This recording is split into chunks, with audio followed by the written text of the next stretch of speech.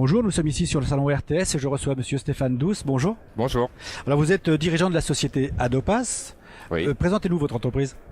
Donc Adopas est une société que j'ai créée en 2010, qui est située à Vannes, qui opère sur le domaine du conseil et de l'assistance en achat, spécifiquement pour la filière électrique et électronique, qui comporte aujourd'hui 4 personnes. D'accord, et vous êtes basé à Vannes en Bretagne. D'accord, très bien. Alors vous avez parlé un petit peu de donc une société de conseil. Quels sont justement les conseils, quelle est l'activité au sein d'Adopas, les conseils que vous apportez à vos clients? Alors Adopas présente finalement 2 activités.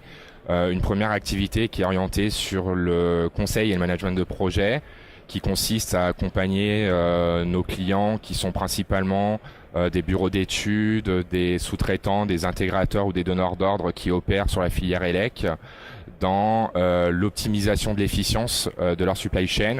On peut aller en termes de spectre depuis la R&D sur la conception produit jusqu'à la gestion de production, c'est-à-dire tous les métiers qui ont une interaction avec l'assurance qualité fournisseur, la logistique et les achats. D'accord.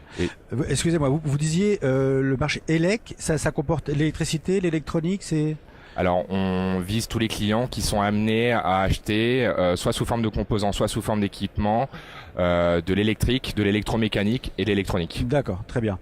Alors, c'est les conseils, ça s'articule comment? Vous faites des audits pour vous imprégner de ce que fait le client. Comment ça fonctionne? Alors oui, pour la partie conseil, il y a 2 volets dans le volet conseil.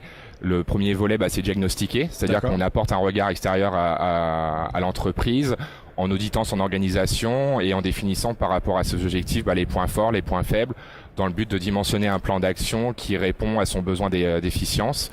Et on peut accompagner ce diagnostic par un deuxième volet qui est la gestion de projet, dans le but de coordonner tout ou partie du plan d'action qu'on a identifié. D'accord, très bien. Et d'implémenter de manière effective finalement l'efficience qu'on escompte. D'accord, très bien. Donc vous parliez de 2 volets, donc là on vient de parler du conseil. Quel est le deuxième volet? Alors la deuxième partie d'activité, c'est l'assistance opérationnelle.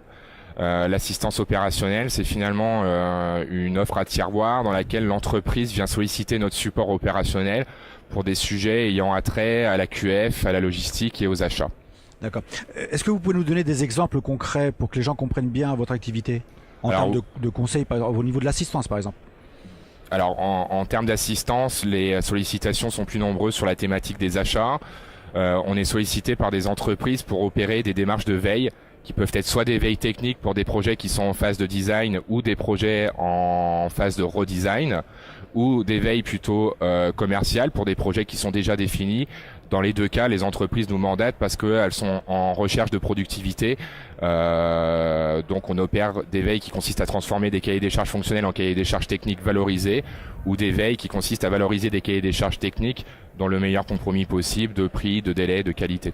D'accord. Alors le spectre de vos conseils est relativement large, donc tout ça c'est en ressources internes ou vous faites de l'appel à des sociétés extérieures pour ça? Non, on travaille principalement avec nos 4 consultants aujourd'hui. Donc comme on le disait précédemment, on est sur une niche, c'est-à-dire qu'on fait du conseil et d'assistance, mais spécifiquement pour les entreprises qui sont amenées à opérer des achats sur la filière élec. On a donc des consultants qui bénéficient spécifiquement d'une expertise sur ces domaines-là, qui ont travaillé donc en termes de métiers sur la QF, la logistique et les achats, qui ont travaillé et sur des postes opérationnels et sur des postes de management, ce qui fait que déjà intrinsèquement on apporte une très forte expertise à nos clients. Et de surcroît, par rapport à notre activité, bien évidemment, on a une lecture transverse du marché, ce qui nous permet d'apporter une lecture des meilleures pratiques du marché aux différents clients qui nous sollicitent. D'accord. Donc là, votre entreprise a 3 ans, vous venez de le dire. Donc, oui. Donc vous avez un recul maintenant de ces 3 dernières années. Est-ce que vous vous êtes fixé des objectifs à court et à moyen terme? Alors, on a passé un cap déjà pour le moment qui est effectivement d'être déjà finalement une équipe de 4 personnes au bout de 3 ans, ce qui est plutôt bien. C'est au-dessus de des prévisions qu'on avait établies au business plan à la création. Donc l'idée c'est quand même de maintenant maintenir la structure telle qu'elle est par rapport à la conjoncture économique qui est pas forcément favorable pour tout le monde. Et on a aussi en complément un objectif de croissance parce que finalement on s'aperçoit à l'issue de nos nos 3 premières années, qu'il y a un écho positif sur le marché par rapport aux offres de prestations qu'on a, ce qui sous-entend de se dimensionner plus fortement sur la partie commerciale. Pour ça, il faut du financement, donc on passera très certainement d'ici 2014 par une levée de fonds qu'on opérera auprès d'un réseau de Business Angels. D'accord. D'où peut-être votre venue ici sur ce salon. C'est une première pour vous, hein? Oui, on a marqué plus fortement dans notre budget de cette année la présence au salon qu'on l'avait fait précédemment. Oui, pour répondre aux objectifs de déploiement commercial, il est nécessaire, en plus de la notoriété qu'on a acquise, de rayonner un peu plus largement. Le marché de l'élec étant certes une niche, mais il y a quand même beaucoup de monde sur ce marché, donc il faut passer par des vecteurs tels que les salons pour. Donc appel aux investisseurs alors. Entre autres aussi. Très bien. Monsieur Douce, je vous remercie d'être venu sur notre plateau répondre à nos questions. Je vous souhaite une bonne fin de salon. Merci. Et peut-être à l'année prochaine. Merci. Merci beaucoup.